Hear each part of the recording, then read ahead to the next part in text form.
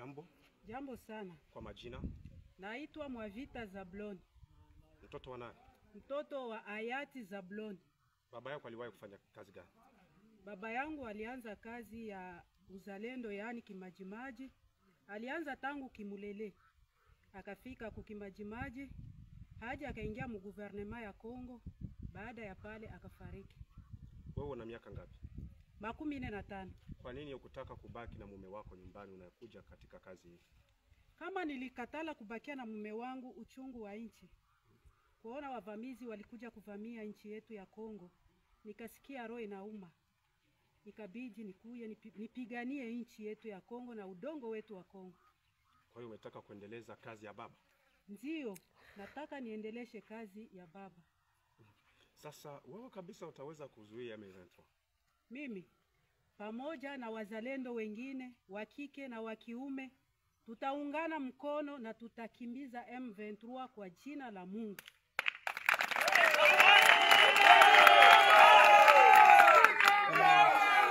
Kuna wanawake wengine wanasema kwamba kazi ya kizalendo, kazi ya kijeshi, kazi ya kukamata silaha ni ya wanaume tu. Wewe unawaambia nini? Wanawake wote wakuje. Kizalendo sio ya wanaume tu, na wanawake wanapigana kwa ajili ya udongo ya mababu. Karibu kwa wanawake wote wa Kongo, wa province ya Sud Kivu, wa territoire ya Uvira, na wakaribisha wakuje wapambane kwa ajili ya M23 isivamie udongo wa mababu. Na wazalendo hamna mshahara. Sasa hii kazi itakusaidiaje wewe? Hii kazi sina hamu ya kupokea chochote, ila Mungu mwenyewe atatulipa kufatana na kazi ambayo tunaenda kufanya.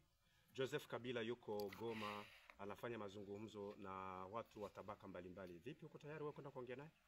Hapana, mimi siko tayari kuongea na Joseph Kabila. Huyo ni adui wa nchi, adui wa Mkongomani. Lakini alisomesha watoto wako hapa, amesomesha raia wengi. Sasa leo amekuwa adui namna gani wakati anasema kwamba anahitaji amani irejee? Joseph Kabila hakusomesha watoto wangu. Nilikuwa nikilipa pesa yangu mimi mwenyewe mpaka leo. Hivi kwa sasa aliyetupatia msaada kidogo ni Tshisekedi Chilombo kwa kutupatia miaka kama 5 ya kulipa ya bure kwa école primaire. Lakini kwa sekondari tunaendelea kulipa.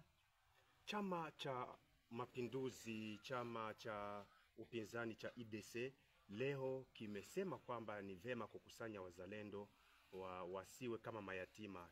Kinataka kusindikiza wazalendo, kuwapa nguvu kabisa, kuwasogeza mbele katika jitihada walizo nazo. Wewe unasemaje tangu mmekuwa na hichi chama cha IDC? IDC naona itaendelea kutulea vizuri. Ijapo hakuja kuwa lolote, lakini umoja ni nguvu. Kufatana na IDC, tunajiunga pamoja kusudi tutumike pamoja na IDC. Wewe Mama Zabuloni ukaamua tu kushika silaha. Mbona wanasema kwamba kuna mazungumzo kati ya serikali ya Kongo na M23? Kwa nini msisubiri tu mazungumzo kwanza ya timu? Cha kwanza wanasema mazungumzo leo na magharibi wanaenda pambana. Sisi hatuitike mazungumzo. Sisi ni raia ambao tulishika silaha. Tunataka tupiganie udongo wa mababu.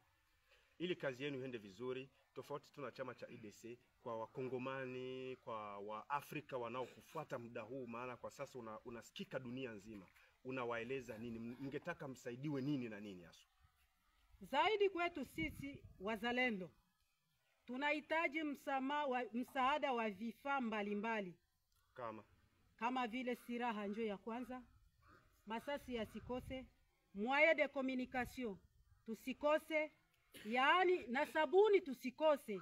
Hata tuko wazalendo na chakula njo naleta nguvu, na mzalendo atapata nguvu ya kwenda kumapambano. Si ndio? Kwa maana M23 nasema wazalendo ni waskuti, hawana chochote, hawataweza vita. Hamna kitu, mtawezaje? Hatuna kitu, ila tuna uchungu wa udongo wetu wa mababu. Ijapo wakuja na pesa za namna gani, sisi hatutakubali. Tunapambania udongo wa mababu zetu. Hivi Corneille Nangaa akitamani kukuoa kabisa, uwezi kwenda? Mimi kwa sasa sina nia na sina hamu ya kuolewa kabla nchi ya Kongo haiyakuwa na amani. Sitaolewa. Tunafika mwisho mama, ujumbe wako. Ujumbe wangu na utuma kwa wakongomani wote, wenye kuwa nje ya nchi na wenye kuwa ndani ya nchi. Wazalendo wote, tuungane mkono, tupiganishe adui kusudi akimbie. Tunakushukuru kwa muda wako. Asante baba.